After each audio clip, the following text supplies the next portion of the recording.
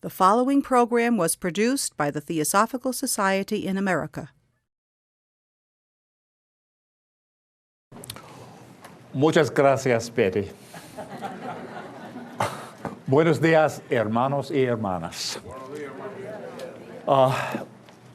Hoy es un día muy lindo y estados están muy simpáticas.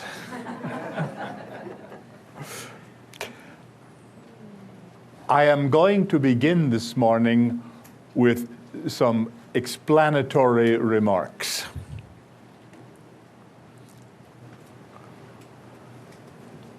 I work from a set text,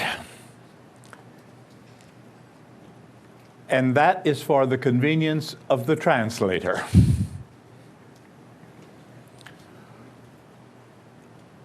But I am going to be a little bit naughty this morning.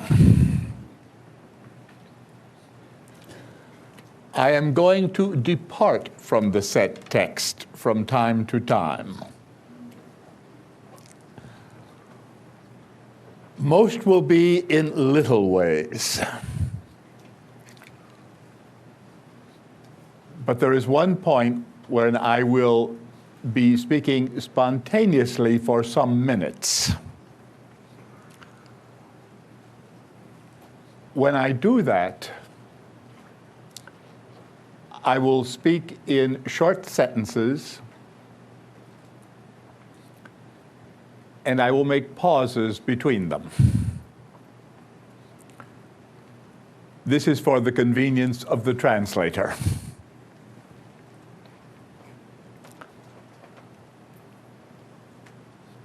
Now, the title of my remarks this morning is Our Mission as Theosophists. And that was given to me by Teretsinia. But it is a good subject at any time.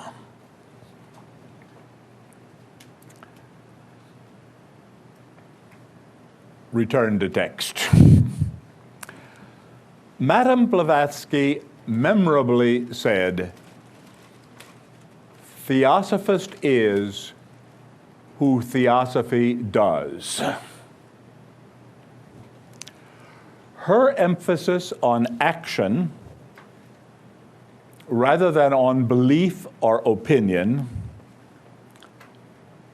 is echoed in the three objects of the Theosophical Society, which H.S. Alcott originally composed. The verbs of our three objects, as we have them today,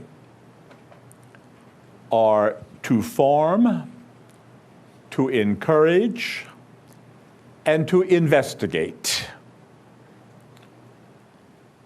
Those are all verbs of action.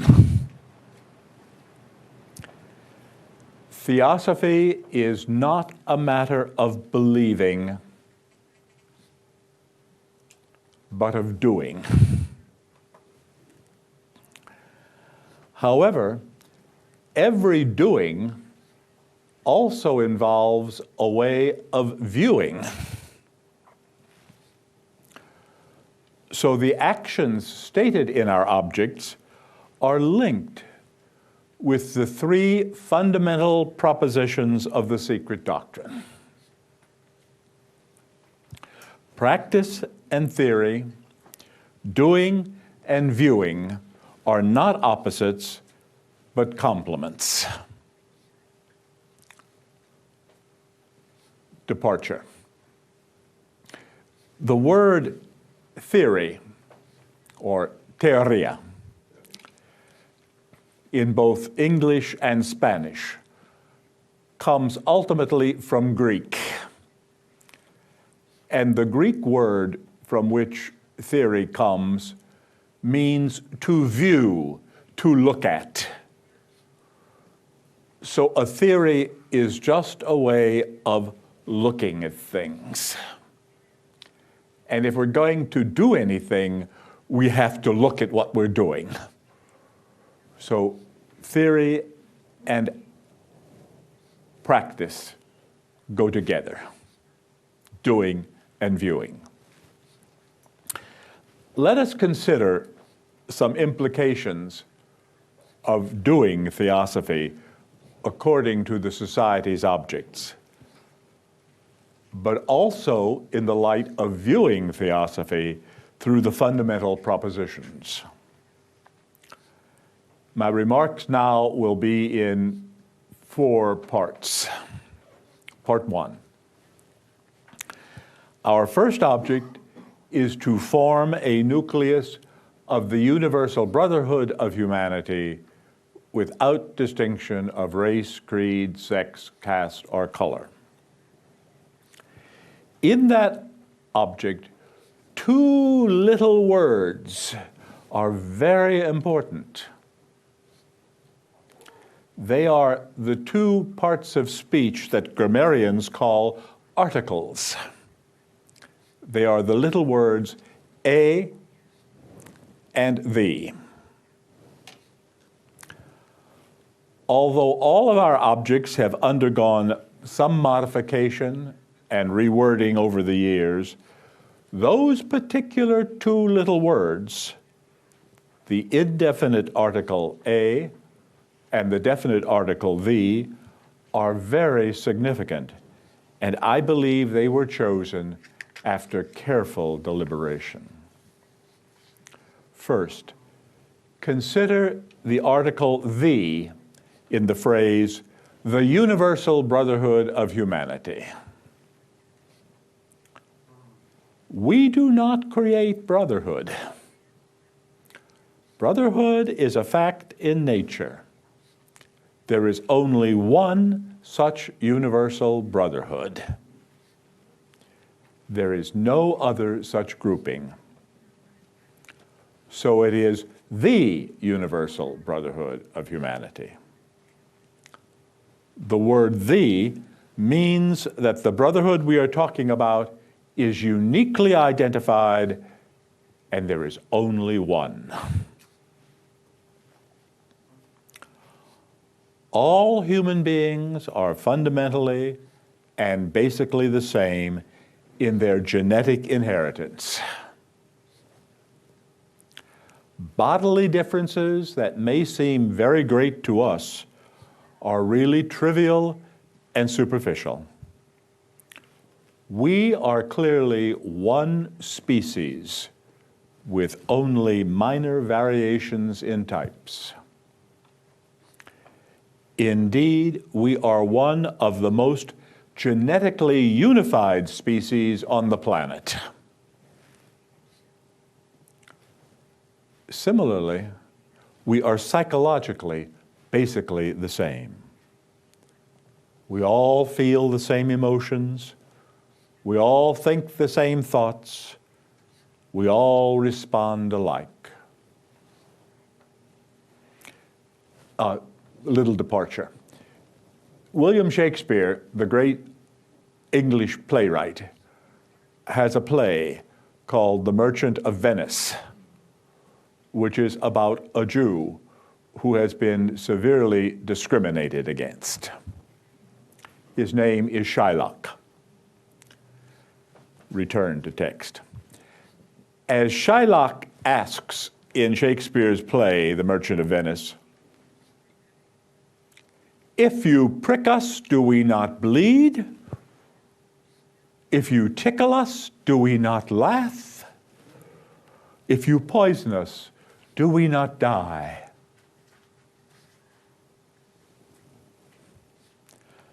So the first object commits us to does not commit us to forming human brotherhood. That brotherhood already exists. It is a fact of life. The first object commits us instead to forming a nucleus of that brotherhood. Now consider the word "a" in that expression. The word "a" indicates one out of others. We are not the only nucleus of brotherhood. We are only one among several, perhaps one among many. So it is a nucleus, our one particular nucleus. What makes our nucleus different from others? Well, one possibility is that our nucleus is not limited to a single lifetime. In the early 20th century, theosophists talked about a band of servers. That band consists of souls who have dedicated themselves not for one life only, but for all lives, to serve the ideals of the ancient wisdom and the cause of the masters of that wisdom. The Theosophical Society serves, as it were, as a gathering place to bring together members of that band as they reincarnate in our time, coming together anew as they have been together in past lives, serving the same ideals and the same cause. The Society also introduces new members into the band, which is the nucleus the first object is talking about. Now a long digression or interjection. I think that often we misunderstand. We misunderstand what it means to be a member of the band or the nucleus. We misunderstand how members of that nucleus should behave toward one another. Will it surprise you if I say that theosophists do not always agree with one another?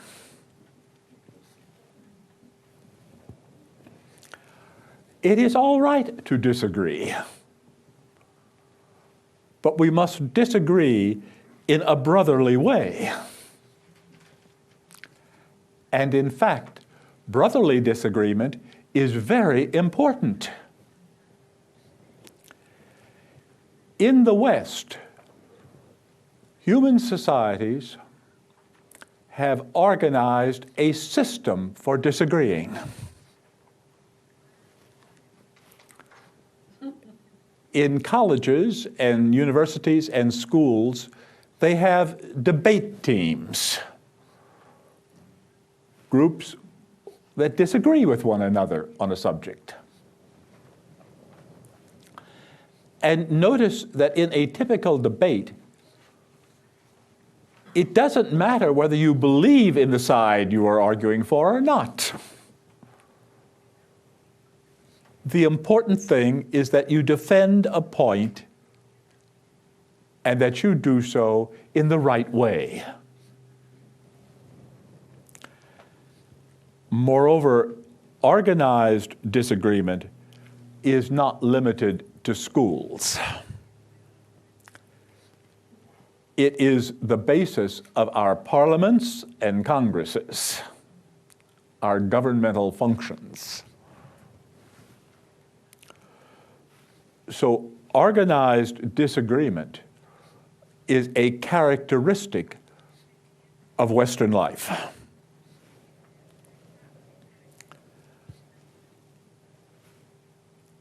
On the other hand, enforced agreement is tyranny. Only in undemocratic and tyrannic nations is everyone expected to think alike.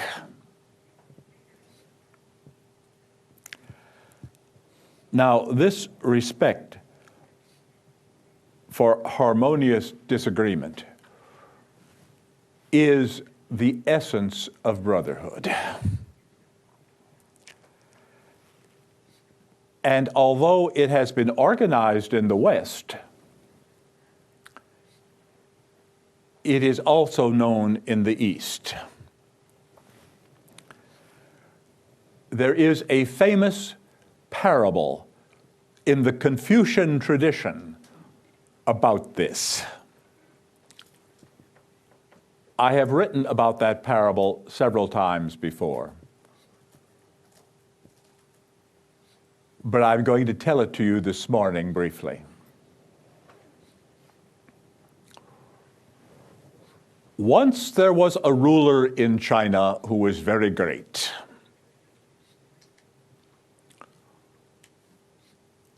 A Confucian scholar came to see him. And the ruler complained to the Confucian scholar. The ruler said, "Oh, I have such bad ministers. Of all my ministers, there is only one who is harmonious with me."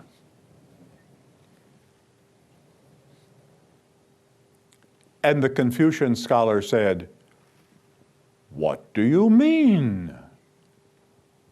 That one minister whom you are talking about is not harmonious.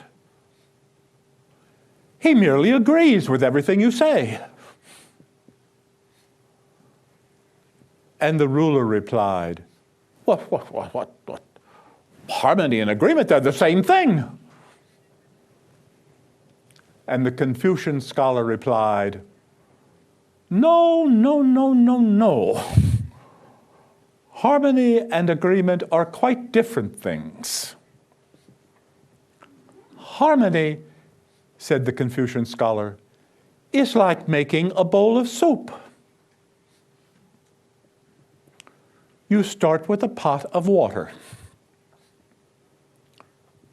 To the water, you add various ingredients: vegetables, spices, herbs.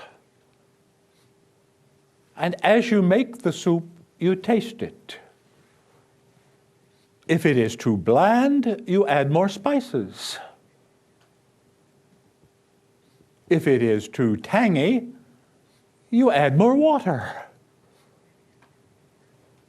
And so you add spices and waters, you strengthen and you weaken the mixture until it is exactly right. And then you have a perfect pot of soup. You do not make soup, said the Confucian scholar, by adding water to water. Your minister, when he agrees with you, is simply adding water to water. End of parable. That is a very wise story. Agreement and harmony are not the same thing. We can disagree harmoniously. And in fact, harmonious disagreement is the basis for arriving at a pot of perfect soup and a community of perfect people. Out of harmonious disagreement come the very best decisions. So let us disagree. But let us disagree harmoniously. Let us make a pot of perfect soup. Return to set text. Thus, according to the first object, we as Theosophists are one nuclear family within the wider human family. We are an inner family that welcomes anyone from the outer family who wishes to join us. and who is in sympathy with the objects of the society. Part 2. Our second object is to encourage the study, comparatively, of religion, philosophy, and science.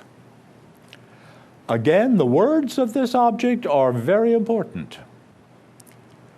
The object does not commit us to the actual study of religion, philosophy, and science. What is the operative verb in that object? Not to study, but to encourage. Some of us actually study religion, philosophy, and science. Some of us do not. Whether we engage in such study personally is purely a matter of personal choice. What the object does commit us to is to encourage such study. But how do we encourage study? Well, again, for individuals, that is highly personal. But collectively, as a society, we sponsor lectures and discussions. We come together in groups like this and listen politely to one another's views. We support the publication of books and periodicals, and we acknowledge that such study has value. In addition, the study we are encouraging is not just academic acquisition of information about religion, philosophy, and science. Instead, it has a comparative focus. And that comparison can be of two kinds. First, all human learning, all human knowledge, including religion, philosophy, and science, varies very greatly from one culture to another. You're aware of that, aren't you? How varied those things are among human cultures. Such variation is most obvious in the area of religion. But philosophy and even science vary culturally as well. Cultural differences in religion, philosophy, and science often serve as walls to block human communication. We think that our religion, philosophy, or science is the only truth about the world. To overcome such blockage, or such ethnocentrism, such exclusive concentration on our own culture, we need to understand its cause. And therefore, we need to compare the religion, philosophy, and science of our culture with those of other cultures. The only way we can become free of the blinders that cultural ignorance places upon our mental eyes is that. That is the only way we can realize that between the cultural differences that divide us, we all share a common humanity, which is greater and more important than any of our cultures. Now, the second kind of comparative focus looks at how religion, philosophy, and science differ from one another in their aims, in their purposes. Science basically aims at an understanding of the physical world around us. Philosophy basically aims at an understanding of the mental processes going on inside us, including the logic we use and the assumptions we make. Religion basically aims at an understanding of our relationship to a reality outside of both our personal selves and our physical environment. It is concerned with ultimate values. Those three modes of understanding should not conflict with one another because their aims are different. Outward for science, inward for philosophy, and upward, so to speak, for religion. However, people who practice the three modes do often disagree with one another. Particularly, Western religionists and scientists are often in conflict. So our second object includes an encouragement for comparative study of the three modes of understanding with the aid of reconciling them. According to the second object, we should realize how our ways, our modes of understanding life relate to one another and how different cultures form and shape the way we understand life. Part 3. Our third object is to investigate unexplained laws of nature and the powers latent in human beings. Now, that object does not commit us to personal research into those matters. We are not expected all to become parapsychologists or to work at developing our psychic faculties. Indeed, we are warned against psychic development because psychic abilities are best left to evolve naturally and not to be forced. The operative verb in the third object is to investigate. The word investigate comes from a Latin word which means literally to pay attention to footprints, to follow tracks. The Latin word which underlies investigate is vestigium, and that means a footprint. So what the third object does encourage us today to do is to pay attention to the signs that there are unexplained laws of nature and powers latent within us. We are expected to track the footprints. In another play by Shakespeare, Hamlet, Hamlet told his friend Horatio, "There are more things in heaven and earth than are dreamt of or than science realizes." And that's what the third object is about.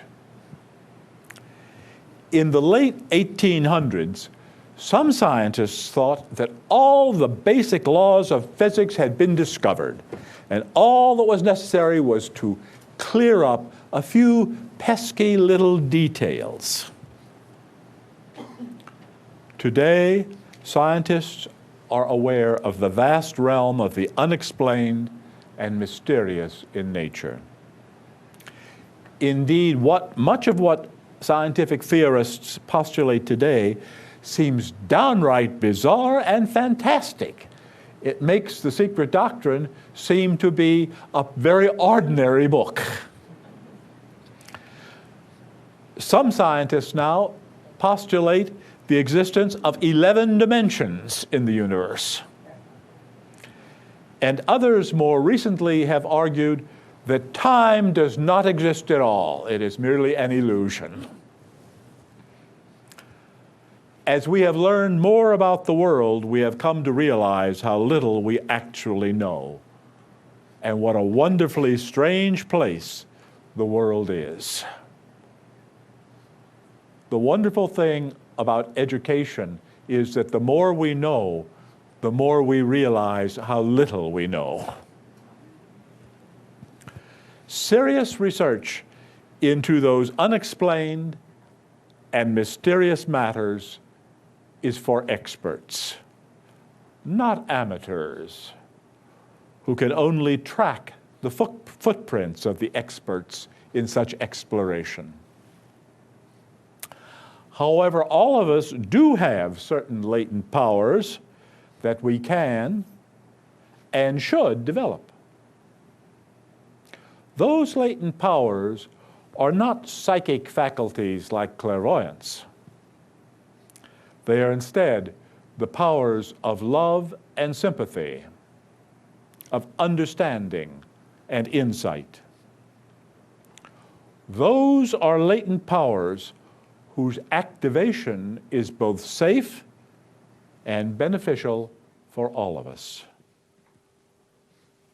We can develop those latent powers in various ways, especially by the practice of meditation, which is a process of stilling or distracting our busy outer minds so that our inner awareness or intuition can shine through and enlighten us. Meditating is putting the third object into practice. And meditation is of many various kinds. We may think of it as just sitting quietly and stilling our thoughts. Well, to be sure, that is meditation. But it is much like what ballet dancers do when they exercise at a handrail, right? Or what a pianist does when he or she practices the scales on a piano. Such practice is necessary.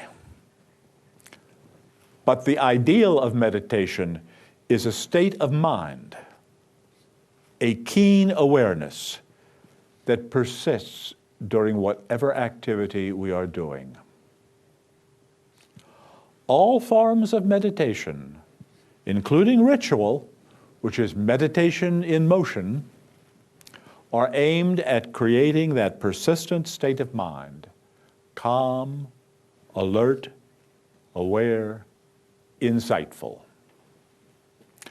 According to the third object, we should track efforts to explain the unexplained, and we may activate our own latent powers of understanding and sympathy. Part 4. Now, how does our doing theosophy in these three ways, the three ways of the three objects, how does that correlate with our viewing theosophy as a way of looking at the universe and ourselves? A classic statement of theosophical views is that of the Secret Doctrine's fundamental propositions. So let us briefly explore the interconnections between the doing and the viewing. The nucleus of universal brotherhood, which our first object calls upon us to form, reflects the Secret Doctrine's first fundamental proposition.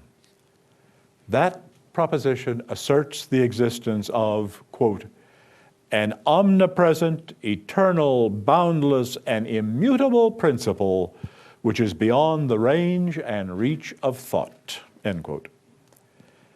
That principle is the one great inner reality that underlies all the many diverse little realities of the outer world.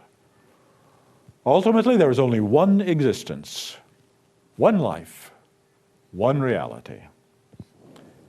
And we are parts of, or expressions of, that one. The nucleus we form is a recognition that all existence, from the grains of sand at our feet to the farthest galaxies of the cosmos, is the manifestation of that single underlying reality.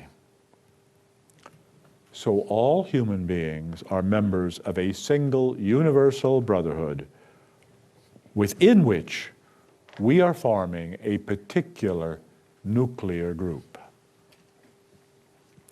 Ultimately, every being in the universe has the same essence as every other being in the universe. All is one. That concept gives coherence to our nucleus. The comparative study, which the second object calls upon us to encourage, reflects the secret doctrine's second fundamental proposition. That proposition asserts the existence of, quote, a law of periodicity, of flux and reflux, ebb and flow in all departments of nature, end quote. All branches of human learning, including religion, philosophy, and science, are attempts to make sense out of and to adjust our behavior to the changes we experience in life as a result of that law of periodicity. Nothing stays the same in life, right? The Buddha told us that. All things are changing. To understand the changes, we must study the world around us, ourselves, and how we are linked to the great ultimate. All of those periodical changes affect us spiritually, intellectually, and physically. We encourage the comparative study of religion, philosophy, and science, indeed of all branches of human learning, not out of any abstract admiration for knowledge, but rather because such comparison has survival value for us in the physical, intellectual, and spiritual realms. Ultimately, we must come to understand one another. And to do so, we must understand our cultural differences and the diversity of the ways we are trying to understand life. The unexplained laws of nature and the powers latent within ourselves, which the third object calls upon us to investigate, remember, to track. That reflects the secret doctrine's third fundamental proposition. That proposition asserts, quote, the fundamental identity of all souls with the universal oversoul and the obligatory pilgrimage for every soul through the cycle of incarnation, end quote. The landscape in which we make our pilgrimage is the universe, whose laws we must come to understand. One cannot travel through a country, a land, which one does not understand. And our pilgrimage is achieved only when we have activated our latent spiritual powers. When we have tracked all the laws of nature and have come to understand their explanation, when we have activated all of our latent spiritual abilities, then, and then only, will we have arrived at the goal of our pilgrimage. Then the cycle of incarnation will be closed. Then we will have realized our identity with the universal oversoul. Then we will have returned home to the Great Mother. Our mission as Theosophists is simple but challenging. It is to do Theosophy. And we do Theosophy by putting the Society's three objects into practice. That practice involves forming a nucleus, encouraging comparative study of cultures, and investigating the unexplained and the latent. But to do Theosophy, we need also to view Theosophy by understanding the basics of the theosophical worldview. That understanding should recognize three things. First, the underlying oneness of reality. Second, the cyclical nature of all manifested existence. And three, the goal of realizing our individual identity with the ground of all being, and thus with one another. Doing theosophy and viewing theosophy are interconnected. May we view it with clarity and do it with earnestness. May our pilgrimage be joyous. And may we all arrive at the one goal together.